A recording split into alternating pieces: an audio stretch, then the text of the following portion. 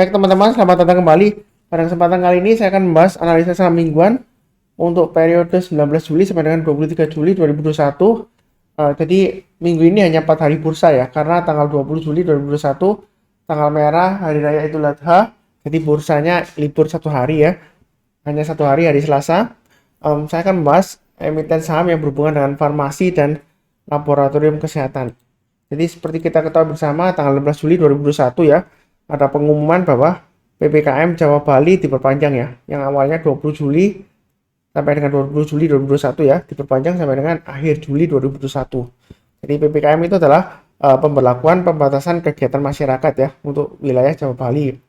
Jadi dalam rangka untuk menanggulangi kasus baru dari corona ya. Mudah-mudahan setelah PPKM selesai sampai akhir bulan ini kasus corona di Indonesia bisa berkurang drastis ya, seperti itu ya.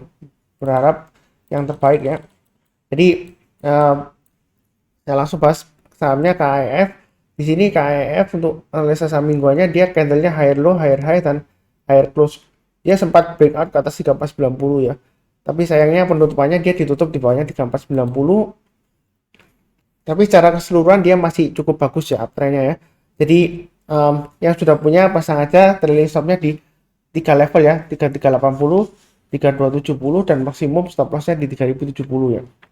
Kemudian kalau yang mau buy on weakness tunggu aja di area ini, saya naikkan ya, sebelumnya di bawah ya. Jadi buy on weaknessnya di area 3070 sampai 3150. Artinya kalau dia terkoreksi sampai di bawah 3150, kita tunggu kalau dia sudah berhasil naik lagi atau rebound ya, istilahnya mantul ya, mantul ke atas 3150 barusan baik. Kemudian tambah lagi kalau naik lagi ke atas 3270, tambah lagi kalau naik lagi ke atas 380 ya, seterusnya ya. Yang mau tambah lagi ya, kalau mau tambah lagi dalam posisi sekarang tunggu kalau dia sudah berhasil naik lagi ke atas 3490, buy up ya, average up dengan target terdekatnya 3700.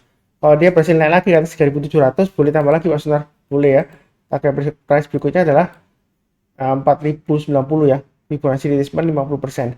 Di sini tengah-tengahnya saya kasih 3925, ini untuk average up. Jadi kalau misalnya naik ke atas 3700 tambah lagi, kalau berhasil naik lagi ke atas 3925 tambah lagi ya. Jadi belinya bertahap aja, walaupun ini volume rata-rata 5 harinya naik tinggi ya. Tapi di sini kita lihat dalam 1 2 3 4 hari terakhir dia cenderung volumenya rendah ya, seperti itu ya. Jadi belinya bertahap aja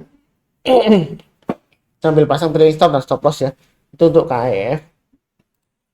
Oke, berikutnya untuk analisa saham minggu ini untuk INAF ya. Jadi dia candlenya kalau kita lihat di sini dia higher low ya. Kemudian untuk high-nya dia sama minggu lalu dengan minggu sebelumnya sama ya. Kemudian close-nya dia higher close.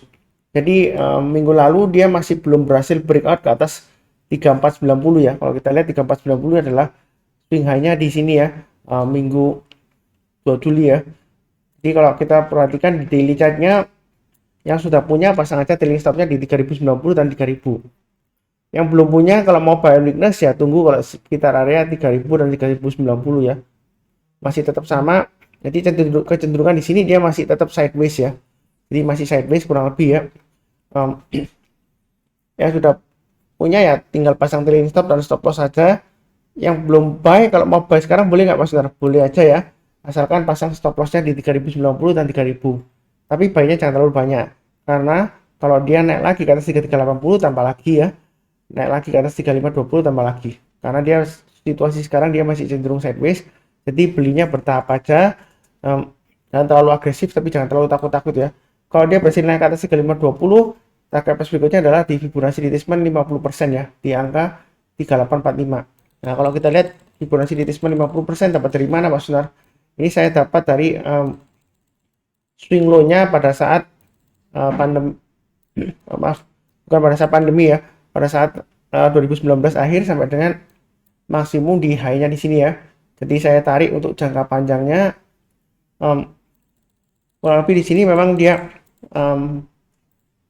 selama dia bertahan di atasnya 3000 ya, saya rasa sih masih cukup peluangnya besar, kenaikannya untuk ke besar peluangnya untuk naik ke 3845 ya, target pertamanya seperti itu ya. Jadi belinya bertahap aja. Kalau dia berhasil naik lagi ke atas 3845, target price berikutnya di Fibonacci retracement 38,2%, sekitar 4650 ya. Ini garis merah 3990, 4290 itu untuk average up ya. Kalau tambah lagi kalau dia berhasil naik ke atas. Oke, kurang lebih cukup untuk analisa saham mingguan untuk INAF. Berikutnya analisa saham mingguan untuk KLBF. Jadi KLBF ini diantara formasi lainnya ya, yang KEF, INAF ya, dia kenaikannya memang cenderung nggak sebesar KEF dan INAF ya. Tapi saya terus terang aja lebih suka emitennya KLBF ya, karena kinerjanya menurut saya sih lebih solid ya, seperti itu ya. Dan juga pergerakan harganya dia lebih nggak, fluktuasinya nggak terlalu tinggi ya, seperti itu ya. Kalau kita perhatikan di sini yang sudah punya pasang aja trading stopnya di 1380 dan 1345 ya. Maksimum kalau punya saham KLBF maksimum stop loss di 1280. Kemudian kalau belum punya, kalau mau buy sekarang boleh nggak Pak Sunar? Boleh ya, asalkan pasang stop lossnya di 1380 dan 1345. Kemudian banyak bertahap aja, kalau dia naik ke atas 1420 tambah lagi, naik lagi ke atas 1455 tambah lagi. Kalau berhasil naik ke atas 1485, ada kemungkinan dia breakout ke atas 1515 ya. Dengan target terdekatnya dia di 1580 dan 1635 ya. Ini untuk KLBF. Jadi garis-garis merah ini untuk average up ya. Jadi contohnya ya, kalau dia berhasil naik ke atas 1420 ke atas tambah lagi, naik ke atas 1455 ke atas tambah lagi. Kalau berhasil naik lagi ke atas 1485 ya boleh tambah lagi. Kemudian kalau dia misalnya ya, dia gagal bertahan di atas 1485, misalnya dia turun ke 1470 ya, ya kita pasang trailing stopnya di sana. Jadi jangan sampai keuntungannya sudah didapat itu hilang ya, seperti itu ya. Jadi pasang trailing stop selalu. Berikutnya untuk emiten Sido ya. Sido minggu lalu sudah saya bahas ya. Jadi yang rajin nonton sudah mencatat masih lumayan ya profitnya ya, walaupun kenaikannya masih belum tinggi. Kalau kita lihat di sini candle weekly-nya dia higher low, higher high, dan higher close ya. Kemudian memang yang terakhir dia sempat breakout ke atas 765 ya, hanya 770 hari Jumat ya, 16 Juli. Cuma dia di sini dia memang suka banget membentuk candle doji ya. Jadi candle doji itu artinya harga open sama dengan harga close ya. Jadi ya, pergerakannya juga cenderung relatif kecil ya, 10 sampai 20 poin ya, 10 sampai 20 rupiah lah ya range-nya. Jadi yang sudah punya pasang aja trailing stopnya di 755 dan 740 gitu ya. Kalau mau buy weakness ya mungkin tunggu aja sekitar area 740 sampai dengan 745 lah ya. Kalau mau buy weakness di area sekitar ini ya. Jadi kalau dia berhasil naik lagi ke atas 745, buy-nya bertahap aja, naik lagi ke atas 755 tambah lagi dan seterusnya ya. Kalau dalam posisi sekarang mau buy boleh nggak Mas? Boleh ya, asalkan pasang stop lossnya di 755 dan 740. Kemudian buy-nya bertahap aja, kalau dia berhasil naik lagi ke atas 775 tambah lagi, berhasil naik lagi ke atas 785 boleh tambah lagi ya, dengan target price berikutnya di 800 dan 820 ya. Kalau kita perhatikan ini dapat dari mana Pak Sunar? 800 ini saya tarik dari ini ya, high-nya sebelumnya di sini ya. Ini kurang lebih ada area konsentrasi high-nya di sini ya. Jadi sebagai resisten dekatnya, kalau dia breakout ke atas 800, kemungkinan target berikutnya di 820. Jadi dia pergerakannya cukup rapi ya. Jadi kalau kita lihat sini dia tentu 820 kena ya, high-nya di sini 820 juga kena ya. Ada kemungkinan kalau dia berhasil bertahan di atasnya 765 ya, ada kemungkinan dia bisa mencapai target 820. Memang pergerakan harganya agak lambat ya. Mohon bersabar kalau misalnya trading shadow memang gitu ya. Berikutnya untuk analisa saham mingguan untuk minggu ini untuk DGNS, Diagnos Laboratorium Utama Tbk ya. Di sini kita lihat setelah naik tinggi ya beberapa minggu, 3 minggu terakhir dia terkoreksi ya. Jadi ekornya panjang ke atas ya koreksinya ya. Sebentar, jadi yang ini kan dia candlenya mingguannya minggu ini ya, minggu lalu maksud saya, dia lower low, lower high, dan lower close ya. Jadi masih koreksi. Terus kemudian pasang bagaimana kalau yang sudah punya, kalau misalnya belum pasang trailing stop atau stop loss ya, ini indikasinya saya sebelumnya sudah sebutkan, pasang aja di 1200 ya, karena kalau turun bayar 1200 dia masih cenderung testing 950 sampai dengan 975.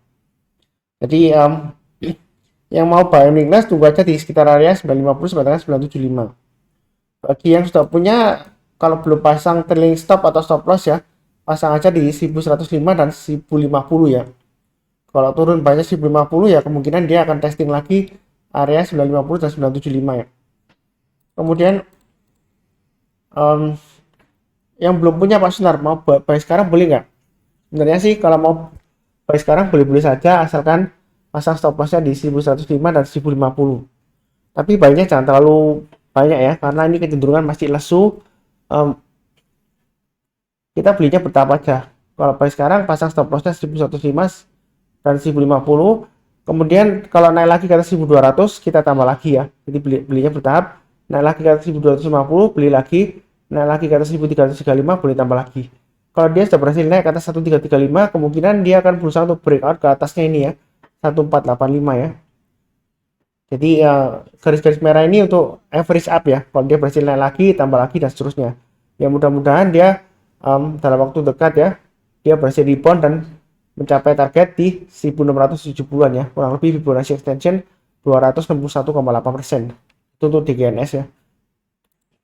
Jadi secara keseluruhan memang mingguannya dia masih cenderung koreksi ya. Tapi sejauh ini koreksinya masih cukup wajar ya. Ya.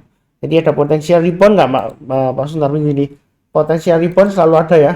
Jadi belinya bertahap aja sesuai dengan yang saya sebutkan sebelumnya. Oke, berikutnya untuk analisa saham minggu ini untuk PRDA. Jadi setelah naik tinggi PRDA ya, dia candlenya di sini higher low, higher high, tapi sayangnya dia lower close ya. Jadi ini sudah saya sebutkan sebelumnya 8.500 dan 8.000 ya. Itu adalah trailing stopnya. Kalau misalnya sudah kena ya, Pak Sunar ini sudah kena waktu itu ya, dia turun banyak 8.000, ya tunggu aja ya. Jadi buy on weakness ada dua area ya. Ini saya kotak merah di 7.500 sampai dengan 7.600 atau di 6.500 sampai dengan 6.600-an kurang lebih ya. Ini area buy on weakness-nya. Ini terlalu banyak garis, terlalu dekat, saya hapus saja. Jadi yang sudah punya kalau belum pasang trailing stop atau stop loss pasang aja di 8.000 dan 7.500. Ya, seperti itu ya. Kalau mau buy on weakness ya tunggu aja kalau di area 7.600 ya. Jadi kalau dia terkoreksi di bawah 7.600, kalau berhasil rebound di atas 7.600 baru sampai buy-nya bertahap ya. Kalau naik lagi ke atas 8.000 tambah lagi, naik lagi ke atas 8.500 tambah lagi dan seterusnya ya. Seperti itu. Kecenderungan dia masih koreksi ya, potensial koreksi memangnya ya, sampai sideways ya. Kalau nggak sideways ya dia koreksi. Kecuali kalau dia berhasil breakout ke atasnya high-nya ini ya 9225 ya. Jadi yang sudah punya ya pasang aja stop lossnya 8.000 dan 7.500. Kalau mau buy sekarang kira-kira bagaimana Pak Sunar? Kalau mau buy sekarang ya maksud saya ya buy-nya bertahap aja. Jadi kalau dia berhasil naik ke atas 8.500 buy, kemudian kalau naik lagi ke atas 9.000 buy up ya, tambah lagi. Berikutnya kalau dia berhasil naik lagi ke atas 9.500 tambah lagi ya. Target price terdekatnya di 10.000. Di 10.000 ya untuk PRDA ya. Jadi uptrendnya masih cukup bagus ya, masih cenderung konsolidasi lah istilahnya ya, sideways ya, koreksi ya setelah dia naik beberapa hari sebelumnya ini ya. Ini kita lihat kenaikannya lumayan tinggi ya, dari sekitar area 4.660 sampai dengan 9.500 maaf 9.225 ya, hanya di sini ya 12 Juli ya. Jadi istilahnya ini seperti kayak orang lari ya, dia masih istirahat ya. Jadi entah itu sideways, yang perlu diingat adalah 7.500 dan 6.500. Kalau dia turun banyak 6.500, ada kecenderungan dia turun terus ya sampai support berikutnya ya mungkin sekitar 5.000-an ya sampai 4.660 ya. Jadi lumayan dalam ya. Hati-hati aja kalau dia turun banyak 6.500. Ya saya nggak doakan turun, nggak pasti ya. Jadi mudah-mudahan aja sideways kemudian dia breakout lagi ke atas 9225 ya. Jadi kurang lebih cukup ya untuk emiten farmasi dan laboratorium kesehatan untuk minggu ini ya, periode 19 Juli sampai dengan 23 Juli 2021.